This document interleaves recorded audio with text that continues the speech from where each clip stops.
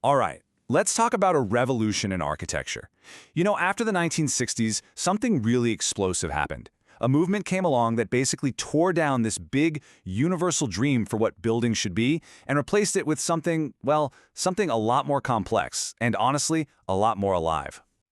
Okay, let's dive right in. This is from the architect Robert Venturi, and it just perfectly nails the spirit of the rebellion we're going to get into. I am for messy vitality over obvious unity. I mean, that's basically a declaration of war, right? A war against this idea of forced, simple perfection. It's a call to just embrace the beautiful, chaotic reality of life itself. So, before we can get to the rebellion, we've got to understand what they were rebelling against, and that was modernism's perfect world. This was a huge, ambitious attempt to build a brand new, more equal society. And they were going to do it with architecture. The goals of modernism were actually incredibly noble. You had architects like the famous Mies van der Rohe, and they really believed that this pure, super functional architecture, all steel, concrete, and glass, could actually solve deep social problems. The thinking was, okay, if we create these clean, logical, universal spaces for everybody, public housing, hospitals, schools, then a better, more equal society is just going to follow. Everything got stripped down to its absolute essence. And you've probably heard their famous motto, less is more. But here's the thing. To get to that level of purity, modernism had to do something pretty radical. It basically had to forget everything. I mean, we're talking about centuries of architectural history just tossed out. All those historical styles, Greek, Roman, you name it, all the decoration and ornament, even the idea of a traditional street as a place for people, all gone. They saw all that stuff as just baggage from an unjust past. For them, it was like starting from scratch, a total clean slate, year zero. Okay, so fast forward to the 1960s. The cracks are starting to show in this perfect, clean world. And the city itself, well, the city starts to fight back. And the first person to really give it a voice wasn't an architect at all. It was this amazing writer and activist named Jane Jacobs. So, you had these top-down planners, right? And they were totally bought into these modernist ideals. They'd look at a real, living, messy, vibrant city, and they'd see a disease. Seriously.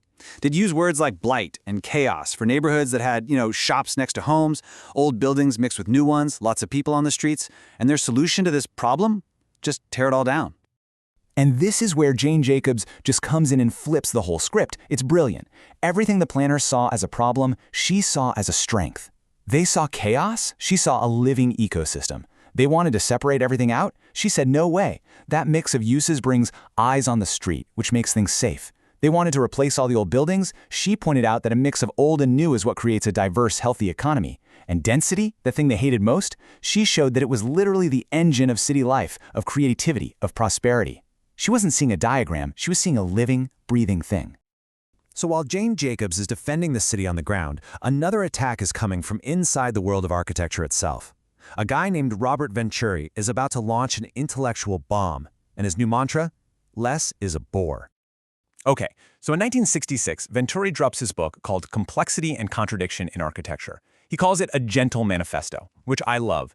And in it, he basically says architecture needs to embrace how rich and messy and complicated real life is. He took that famous modernist mantra, less is more, and just flipped it. Less is a bore. Instead of modernism's rigid either-or thinking, he was all about both and.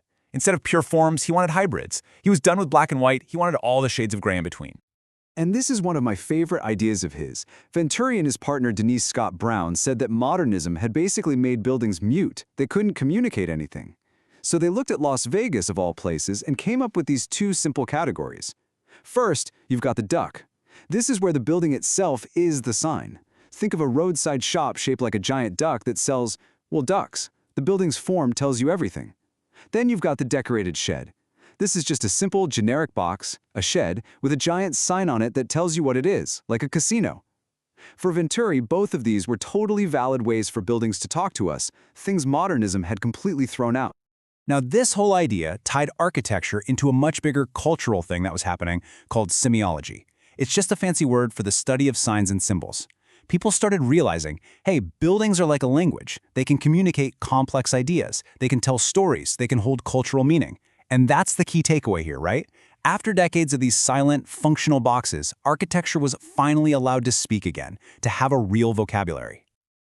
All right, so the old rules of modernism are officially broken. What now? Well, architects started coming up with totally new ways to think about designing buildings, and the focus was on reconnecting architecture with people, with places, and with memory. So one approach came from Christopher Alexander and his incredible book, A Pattern Language. He took a completely bottom-up view. Forget the genius architect on high imposing some grand vision. Instead, he identified hundreds of what he called patterns. These are just time-tested, common-sense solutions to everyday design problems. The whole point was to create a shared language so that normal people, you and me, could actually help design and build the places we live in to make them feel truly human and alive. Okay, so while Alexander was focused on empowering people, a totally different idea was brewing over in Europe. It was called neo-rationalism, and its main champion was an Italian architect named Aldo Rossi. For Rossi, it wasn't about being radically new or expressing your personal genius. Not at all.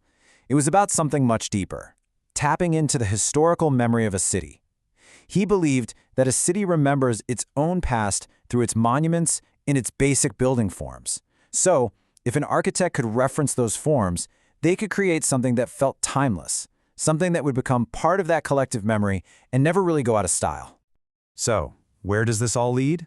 You take all these different critiques, from Jacobs, from Venturi, Alexander, Rossi, what do you get?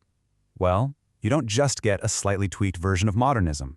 You get a complete shattering of its foundations, and that created the space for a whole new way of looking at the world, and at architecture, postmodernism. And the thing about postmodernism is, it wasn't just one single style. It was an absolute explosion of them. It was all about bringing back wit, ornament, and reference. Suddenly, architects were playfully quoting historical styles, splashing bright colors everywhere, mashing up different forms in totally unconventional ways, and even using humor and irony in their buildings. It was an architecture that finally remembered it was okay to have some fun, to actually connect with people and their history. So, in the end, this whole shift from modernism to postmodernism, it was about so much more than just what buildings looked like. It was a huge move away from searching for that one single, simple, universal answer for everything.